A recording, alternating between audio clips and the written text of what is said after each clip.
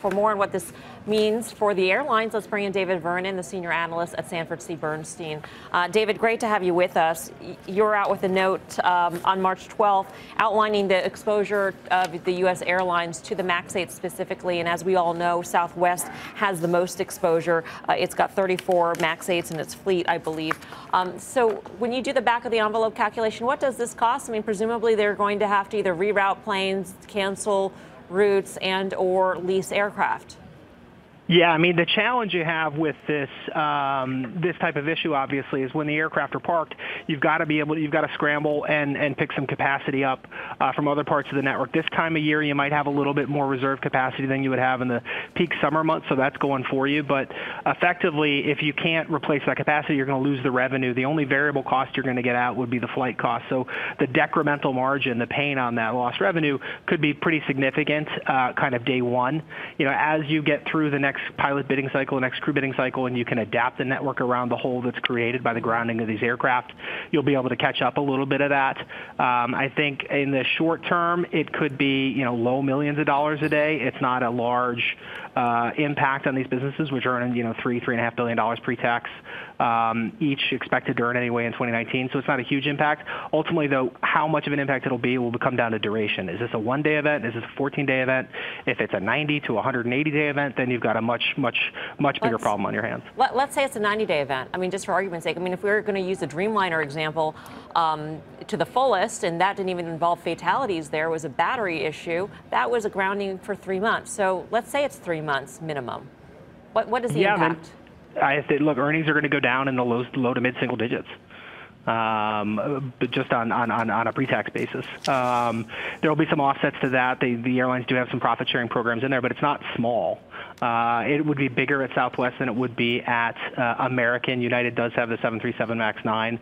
They don't run the MAX 8, but they do run the MAX 9. So it would be a meaningful number. I think the network guys, because of the way they can flow traffic through the networks, will be a little bit more resilient. The point-to-point carrier, it may be tougher for them to scramble aircraft into those holes in the network.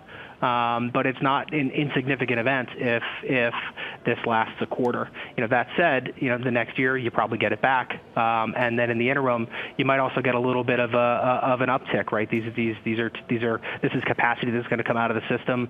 Demand is going to go up in other markets. I don't know that the airlines will go out and try to maximize profit by raising fares on that, but the way the fare algorithms work, you will see a little bit of consequential revenue lift, just given the dislocation on the available supply in the market in the near term.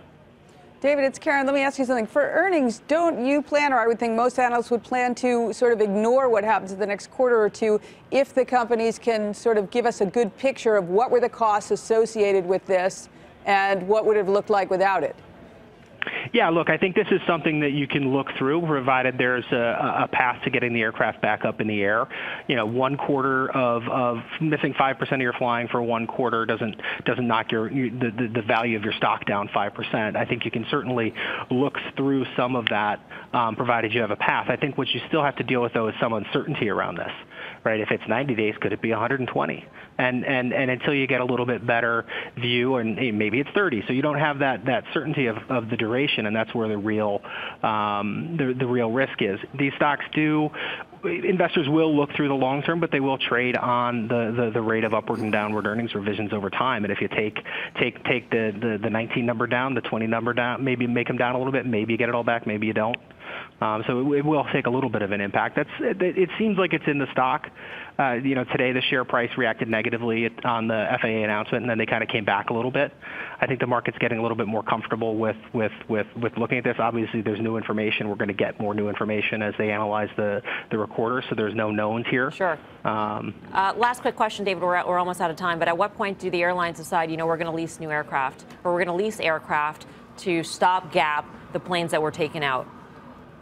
I think that'll be an aircraft-specific decision, right? So the network planning guys right now probably just canceled their St. Patrick's Day plans. They're going to be working for a while on this, right? They're going to be trying to figure out, you know, where can they extend the life of some assets? What aircraft might they be able to get on lease?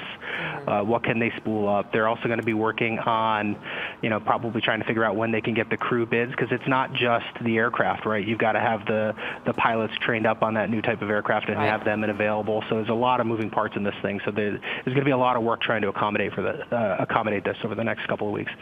Okay. David, thanks so much for phoning in. We do appreciate it. David Vernon, the analyst at Sanford Bernstein who covers the airlines. I asked that question because there are obviously publicly traded companies that lease aircraft, and they, for this past week, have been sharply higher. AirCap as well as Aircastle. So I was just inquiring about that. And in terms of some of the airlines and the effects, I mean, Delta's probably the least affected, but I think when you look at Southwest and you look at some of the reactions today of some of these airlines, the fact that they actually moved into the green, that's pretty impressive. It tells you that people are at least somewhat comfortable with the idea of where this goes, even though there's a lot of unknowns. It seems like the public didn't want to just completely exit and leave. Seems like they're seeing that there is value here still for the Uniteds of the world, the Deltas of the world, and Southwest. Real quick, to Southwest, who has the biggest exposure, we're talking about their entire fleet is probably close to 800 planes. It's 6% of the hours flown. 5.5, right, and it's 5% of these planes make up their fleet. So 34, I think, of these planes are going to be taken out of service, which is obviously is a big deal, but we're not talking about a catastrophic number of planes taking out of service. So you look at what Southwest has done. It's moved from 58 down to 50.5, 51. Traded well today. Tim can speak of valuation, 9 times forward earnings. And you ask yourself, did this sell-off create an opportunity? I think the answer is yes. Let me speak to valuation on forward earnings. And you know, I tell you what, Delta is below 9. And so here's what I would say. I mean, we're talking about value, and the analysts talked a little bit about some of the dynamics. Look, the sector, to me, trades like there's a major problem going on. In fact, I think these planes are ultimately ridiculously cheap relative to the economy, relative to the improvements and the efficiencies they've put through. If you've been trading airlines for the last 5 years, you've had enormous opportunities to trade the range, but effectively, you've gone nowhere.